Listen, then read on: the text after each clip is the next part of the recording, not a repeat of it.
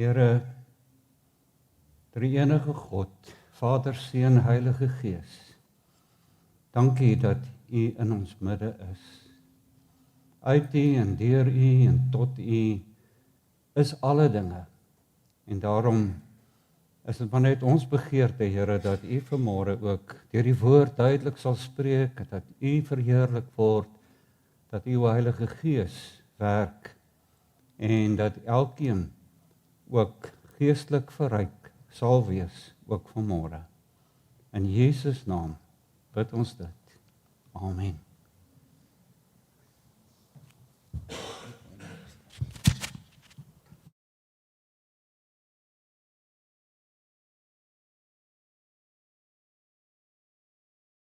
Dankie. Ek gaan vir julle vanmôre, dis volgende week, is dit Paasfees, dis die groot hoogtepunt van die kerklike jaar, die kruisiging van Jesus Christus. En vanoggend se tema is dan die genesende krag van hierdie kruis. En ons gaan kyk uit die Ou Testament uit, hoe die Here God gewerk het met die volk Israel, alles wat met hulle gebeur het uitgeloop op die ou einde, die koms van die Messias as die verlosser. Ons gaan lees hierdie gedeelte uit Numeri 21 vanaf vers 4 tot 9. Nou julle weet, Israel, die volk van God, was vir baie jare in Egipte onder Farao so slawe gewerk. Die Here stuur vir Moses, julle ken die geskiedenis, Moses moet hulle uitlei uit Egipte uit na die beloofde land Kanaan. En op hierdie pad gebeur daar baie dinge met hulle. Ons gaan kyk na een aspek vanmôre maar net daarvan, Numeri 21 vers 4 tot 9. Kom ons lees dit saam. Om by die gebied van Edom verby te kom, het die Israeliete van Horberg af in die rigting van die Rietsee getrek. En op pad daarheen het die volk ongeduldig geword en teen God en Moses uitgevaar. Waarom het U ons uit Egipte laat trek, net om in die woestyn te sterwe? Hier is nie brood en water nie. En ons is sat vir hierdie slegte kos. En die Here het toe giftige slange onder die volk ingestuur, en die slange het die mense gepik, en baie Israeliete het gesterf. En toe kom die volk na Moses toe en bely, ons het teen die Here en teen U gesondig met wat ons gesê het. Bid tog dat die Here, dat hy hierdie slange van ons sal wegneem.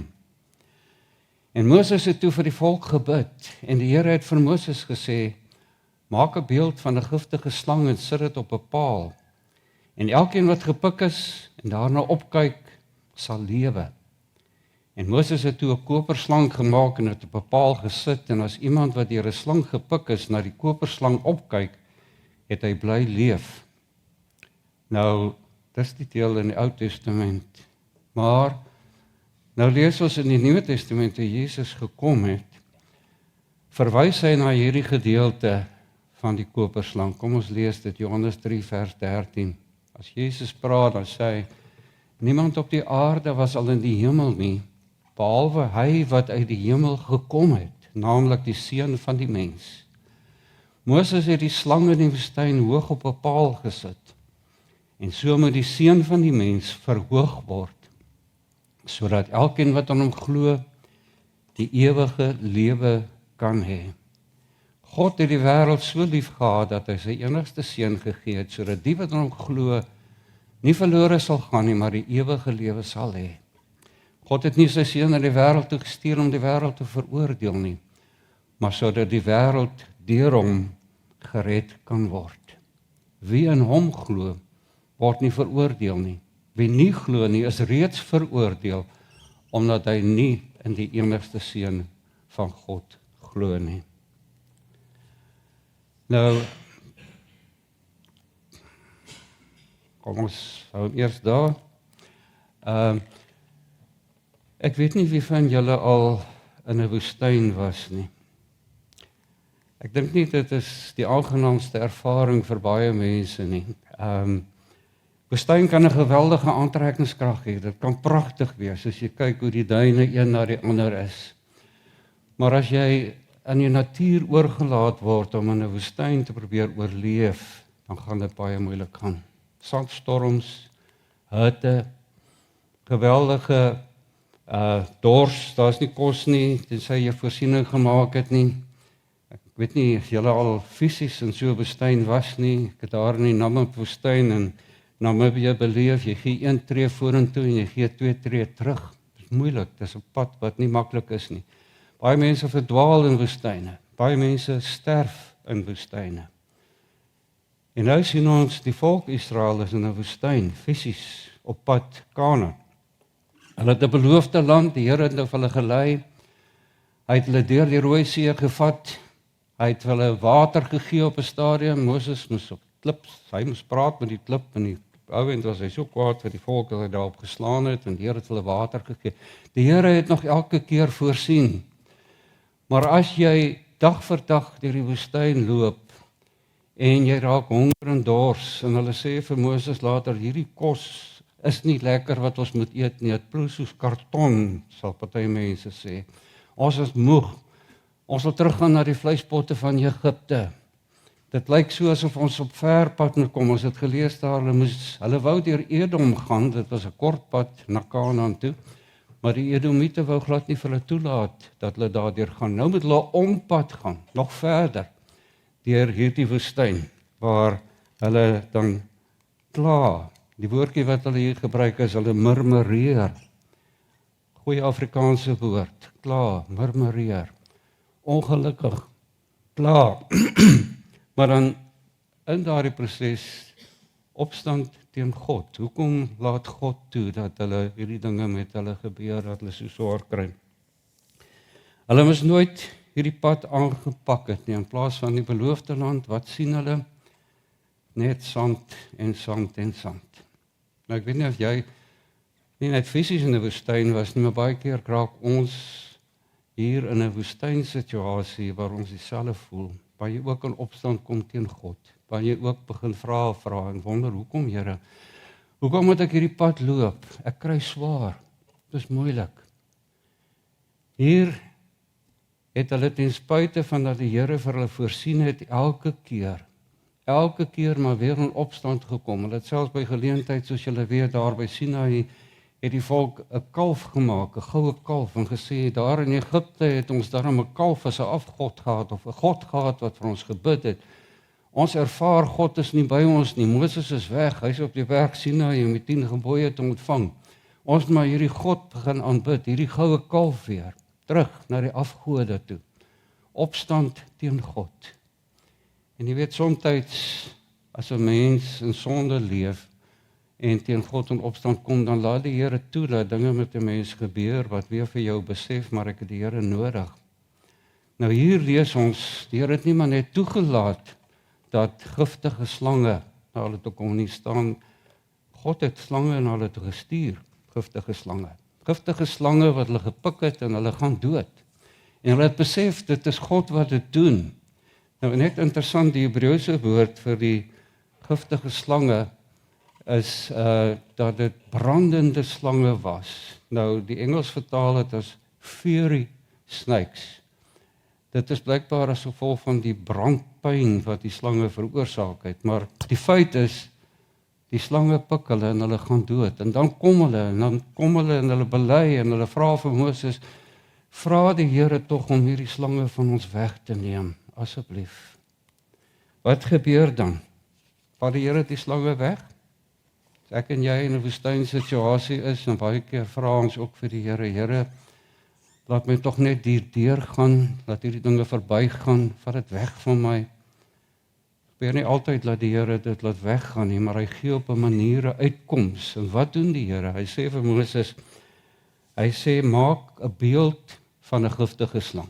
Vat koper, sit dit op 'n paal, en elkeen wat opkyk na hierdie slang, sal nie doodgaan as hulle gepik is nie. Nou, 'n slang, die beeld van 'n slang, is die simbool van 'n bose mag. Julle weet, die slang in tuin van Eden, nee, hoe hy vir Eva verlei het, Satan wat in die vorm van 'n slang gekom het. Maar in baie van die antieke volke en tot vandag toe nog, glo hulle ook dat 'n slang genesing kan bring. En dit is blykbaar gegrond op die feit dat 'n slang vervel. Daar kom iets nuuts uit, En daarom glo baie volke dat die slang is ook 'n teken of 'n simbool van vrugbaarheid, van lewe en van genesing. En ek dink julle ken die mediese teken. Is mos 'n slang wat rondom 'n paal gedraai is. Dis heidense oorsprong. Dit is die God Asklepios van genesing wat uitgebeeld word deur hierdie slang. En nou is dit ironies dat Moses sê, God sê vir Moses, maak 'n beeld van 'n slang, hierdie ding wat julle mense doodmaak. As julle na hom kyk, dan gaan julle lewe hê. En hulle moes opkyk na hierdie slang. Daar's niks magies aan die slang self gewees nie. Dis God wat wou gehad het. Kom ons luister. Kyk net daar.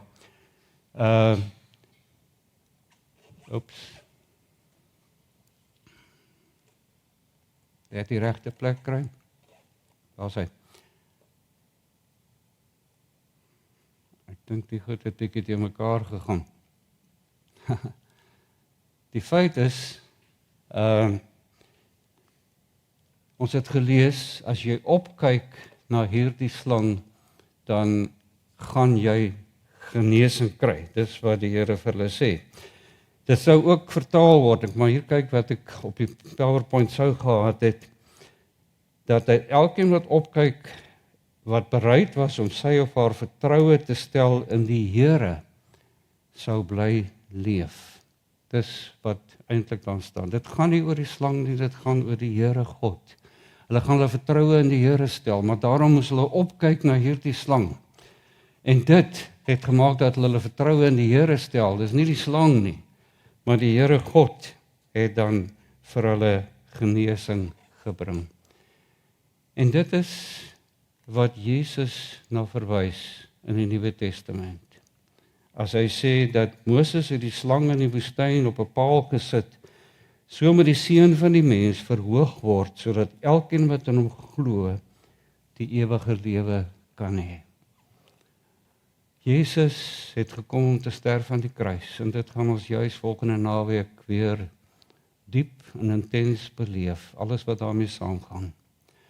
Maar Jesus moes verhoog word, staan hierso, en daardie verhoog beteken dat hy moes sterwe vir ons. Filippense sê vir ons so duidelik dat Jesus het homself verneder, hy wat God is, het hom verneder deur 'n mens te word, en toe het hy homself verder verneder deur te sterf aan 'n kruis. Maar dan staan daar in Filippense 1 verder, maar God het hom toe verhoog, dat hy aan die regterhand van die Vader sit, waar hy met mag en krag regeer. Die regterhand, die sterk hand met mag en krag uitgesag. God het hom verhoog, en dit is wat Johannes vir ons gee, wat Jesus self gesê het. Dan verwys hy na hierdie gebeure. En dit wys vir ons hoe Jesus dan aan die kruis sou sterf vir ons, en die genesende krag wat dit het vir ons. Nie die kruis nie, maar Jesus self. As die mense na die slang gekyk het, dan het hulle nie gesterf nie. Dan het die gif van die slang nie vir hulle doodgemaak nie. Maar as ons na Jesus kyk, dan kry ons die genesende krag van die ewige lewe. Daai mense wat na die slang gekyk het, het later wel weer gesterf. Hulle was maar net genees van daardie giftige slange, van die gif. Maar nou as jy na Jesus opkyk, dan kry jy die ewige lewe. So die koperslang het slangbyt genees, maar Jesus bring ewige genesing vir 'n mens. En beide die slang en Jesus is dan vir ons 'n simbool van dood en lewe. As 'n slang jou byt, dan is die kans baie goed dat jy gaan sterf. Maar in hierdie geval, as hulle na die slang gekyk het, dan het hulle bly lewe. Net so het Jesus, die kruis van Jesus, ek weet nie van iemand wat al gekruisig is, wat nie bly leef het, wat nie gesterf het nie. So die kruis is ook 'n simbool van die dood. Dit bring dood nie. Maar in Jesus se geval het dit ook lewe gebring vir elkeen wat dan glo in hierdie Jesus. En dit is wat Johannes 3 vers 18 vir ons sê, wie in hom glo word nie veroordeel nie. Wie nie glo nie is reeds veroordeel omdat hy nie in die enigste seun van God glo nie. So die kruis van Jesus bring vir my en vir jou lewe. Maar dit gaan nie oor die kruis nie. Dit gaan oor hierdie Jesus. En as ons nou terugkyk weer na Moses se gebeure in die woestyn, ek weet nie of julle weet van nog 'n plek in die Bybel waar hulle van hierdie koperslang praat nie. In 2 Konings 18 vers 4 staan daar, Hiskia het die hoogtes laat verwoes, die klippilare laat stukkend slaan en die gewyde pale laat afkap. Hy het ook die koperslang wat destyds deur Moses gemaak is, laat stukkend slaan, want tot nou toe het die Israeliete die koperslang met offers vereer, die slang is Negustan genoem. Wat het gebeur? Die Israeliete het hierdie slang daar uit die woestyn uit saamgeneem, tot hulle uiteindelik in Kanaan ingekom het, en tot die tempel op die ouend gebou is, het hulle hierdie slang op 'n sentrale plek daar gesit. En dit het nou vir hulle so gegaan, dat hulle later offers begin bring het aan hierdie slang. Dit het 'n tipe van 'n afgod vir hulle geword. En wat het Hiskia gedoen, die koning, die hervorming wat hy gebring het, al hierdie afgode het hy tot niet gemaak, as ook hierdie koperslang het hy dan stukkend laat slaan.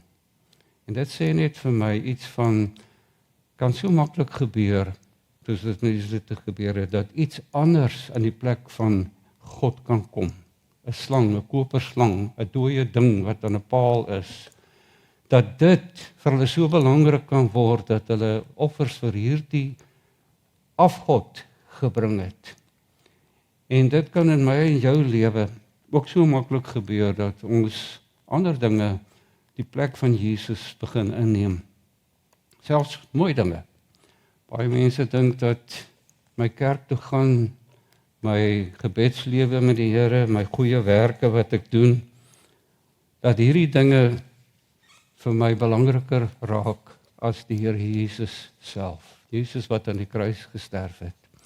So kan daar selfs godsdienstige dinge in ons lewe kom, wat vir ons wegtrek van Jesus wat die lewe gee, en nie ons goeie werke of die godsdienstige handelinge wat ek selfs doen nie. Dis nou die godsdienstige dinge wat in die plek kan kom van Jesus Christus, om nie eers te praat van die sekulêre dinge wat in die plek van Jesus Christus kan kom nie.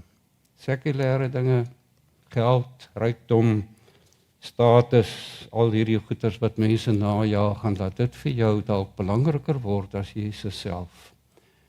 En dit is wat dan die woord vir ons vanmôre kom sê, dat hierdie goed word ook afgode in 'n mens se lewe. En dis ter wille van hierdie afgode, maar ook ter wille van die feit dat ek en jy van geboorte af besmet is met sonde, dat daar weer 'n kruis moes kom, met hierdie keer nie 'n slang wat daaraan hang nie, maar 'n mens, maar ook nie net 'n gewone mens nie, die seun van God, Jesus self. Hierdie erfsonde wat ek en jy geërf het van Adam en Eva af, dat hierdie erfsonde so belangrik kan word, dat dit ons weghou van God af, en dat Jesus moes kom om daarvoor te kon sterf aan die kruis vir elkeen van ons. So, waarvan genees die kruis ons? Kom ons kyk nou 'n paar dinge. Waarvoor het die kruis van ons verlosser ons kom genees? Die eerste een, van ons sonde en ons verlorendheid. Ons is almal in sonde ontvang en gebore. Psalm 50 sê dit so mooi, ons is in sonde ontvang en gebore. Romeine 3 sê dit so mooi, almal het gesondig en ontbreek hulle aan die heerlikheid van God. Dis die werklikheid. Maar Jesus het nou gekom om hierdie sonde vir ons te kom sterf aan die kruis. Kolossense sê dit so mooi, hy het die skuldbrief wat my en jou sonde aandui, het hy aan die kruis vasgespijker. Hy het betaal daarvoor. Dit was die betekenis van die kruis. Hy het betaal daarvoor, die straf wat ek en jy moet kry. Hierdie verlorendheid het Jesus aan die kruis vir ons kom moontlik maak om daarvan gered te kan word. Dit geneig ons van die mag van die bose. Kolossense sê dit ook so mooi, hy sê, Christus het toe hy gesterf het aan die kruis, het hy Satan uitgeklee, soos van kaal uitgetrek, het is maar net 'n voorbeeld wat hy gebruik van hoe dit in die Ou Testamentiese tyd gebruik het, as hulle gaan oorlog maak het, dan het hulle, as hulle die vyand oorwin het, het hulle die leiers en die koning van daai volk agteraan hulle strydwaans vasgemaak met toue en hulle moes agteraan hardloop, kaal, nakend, deur die strate is hulle geparadeer en die mense het hulle uitgejou, hulle is uitgeklee, is 'n bespotting gemaak. Dis wat Jesus met die bose gedoen het aan die kruis. En daarom is ek en jy in Jesus is, dan is ons veilig. Die Bybel sê wel, Satan loop rond soos 'n brullende leeu, hy is 'n werklikheid. Maar onthou, as hy soos 'n leeu vasgemaak is aan 'n ketting of soos 'n hond, dan het hy 'n sekere reikwyte wat hy kan beweeg, wat daai ketting hom toelaat. En as jy inbeweeg in daardie reikwyte in waar Satan jou kan bykom, dan gaan hy jou bykom. As jy begin met okkulte en al hierdie tipe dinge besig is, dan gaan die duiwel jou bykom. Maar die feit is, die kruis van Jesus, Jesus self het ons kon genees van die mag van die bose. Dis wonderlik. En jy kan vry wees en jy kan oorwinning hê in jou geestelike lewe. Die derde ding, dit genees ons deur die werk van die Heilige Gees al hoe meer van hierdie verslawing in die eie ek. Is dit nie maar vir baie van ons die maklik of die ding wat vir ons baie keer die belangrikste is, nie hierdie eie ek. Gaan om myself. Ek wil geëer word deur mense. En as mense het verkeerd teenoor my opgetree het, dan die pyn en die onreg wat my aangedoen is, ons trek dit so aan vir onsself. Johannes die Doper het gesê toe hy vir Jesus gedoop het daar, hy moet meer word en ek moet minder word. Aan die kruis het Jesus dit vir ons moontlik gemaak. Hy moet meer word en ek moet minder word. So die uitvloeisel van dit wat Jesus aan die kruis gedoen het, moet deurwerk in ons lewens. Dat ons die oë gefestig hou op Jesus. Hy is die belangrikste. Hy gee verlossing en hy moet ons lewens beheer. Dit genees ons deur die werk van die Heilige Gees van onnodige angs en vrees en bekommernis. Dis alledaagse goed waarmee ons worstel, vrees, angs, bekommernis. Maar as jy weet dat Jesus vir my gesterf het, hy gee vir my om, hy het vir sy disippels gesê, ek is met julle tot aan die einde van die wêreld, dan vertrou jy op Jesus en hy help vir jou en hy dra vir jou deur hierdie dinge. Die kruis verbind ons aan ander volgelinge van Jesus en die wederwysige ondersteuning en dra vir mekaar se laste bring genesing. As ons glo in Jesus, ons is 'n geloofsgemeenskap. Ons is deur die kruis van Jesus by mekaar gebring as gelowiges. Daarom gee ons om vir mekaar. Ons word verbind aan mekaar deur hierdie belangrike band, want Jesus het dit vir ons elkeen gedoen. En daarom help ons mekaar ook. En is dit 'n uitvloeisel van wat Jesus aan die kruis gedoen het, sodat ons vir mekaar begin omgee. Dat ons helend kan inwerk op mekaar se lewens, vir mekaar kan help as ons probleme het en mekaar se laste begin dra en so God verheerlik deur ons lewens. Maar nou lees ek dat Moses het gevra dat die Here die slange moes wegneem. Die volk vra neem weg die slange. Maar dan lees ek ook die Here neem nie die slange weg nie. Hierdie volk moes nog deur die woestyn trek vir 40 jaar. Hulle wou die woestyn weg hê. Maar die Here neem ook nie die woestyn weg nie. Eers na 40 jaar kon hulle in die beloofde land Kanaan ingaan. Ek en jy beleef baie keer woestyntye wat ons ook graag sal wil sien verdwyn en dan vra ons die Here neem dit weg. Maar dan neem die Here dit dalk nie weg nie. Partykeer doen hy dit. Maar ons bid vir daai kanker en dan skielik dan slaan die kanker weer op 'n ander plek uit. Ons bid vir daai persoon geliefde wat besig is om te sterf, wat baie siek is, en die persoon word nie genees nie. Die Here neem dit nie weg nie. Die Here hoor nie ons gebede nie. Hy antwoord dit nie soos wat ons wil hê dit moet gebeur nie. Julle weet wat Paulus gebid, né, in 1 Korintiërs, waar hy gebid het dat die Here die doring in sy vlees moes wegneem. Maar wat het die Here vir hom gesê? My genade is vir jou genoeg. As jy swak is, gaan jy sterk wees. Daai doring is jou gegee sodat jy sal besef ek is swak, ek het die Here nodig. Dit gaan jou sterk hou. Leef vanuit my genade. Dis die goed realiteit wat gebeur. Ek en jy kom in 'n finansiële krisis. Ons verloor ons werk. Ons het moeilike tye wat ons beleef. Daar is nie altyd oplossings soos wat ons dink ons wil hê nie. Ons vra vir die Here. Hy neem dit nie weg noodwendig nie, maar hy gee vir ons die wete dat hy by ons is en hy dra ons deur daai tyd, soos wat hy wel met Israel was. Hy het vir hulle voorsien, elke keer. Hy het vir hulle slange voorsien om vir hulle lewe te bring as hulle gepik is. Hy het elke keer vir hulle voorsien. Maar die Israeliete het moeg en moedeloos geword. Hulle het in opstand gekom teen God. Nou, ek en jy mag ook dalk moedeloos word soms as ons swaar kry. Ons wil ook nie ompaaie loop om by 'n plek uit te kom soos wat Israel moes doen. Hulle kon nie deur Edom gaan nie, hulle moes 'n ompad gaan en net langer deur die woestyn vat. Hierdie goed gebeur met ons. So God antwoord nie altyd vir ons soos wat ons dink hy moet dit doen nie, soos wat ons dit graag wil hê nie. Maar ek kan vir julle vanmôre sê God is getrou. God is getrou en hy het ons lief. God gee om vir jou. Hy is met jou. Hy verhoor ons gebede. Hy is saam met ons. Miskien nie altyd soos ons dit wil hê nie. Maar as jy opkyk na Jesus, soos daardie mense en die opgekyk het na die slang, dan weet jy stel jou vertroue in hierdie lewende God. En daarom wil ek saamvat eintlik hierdie hele boodskap van vanoggend met hierdie woorde.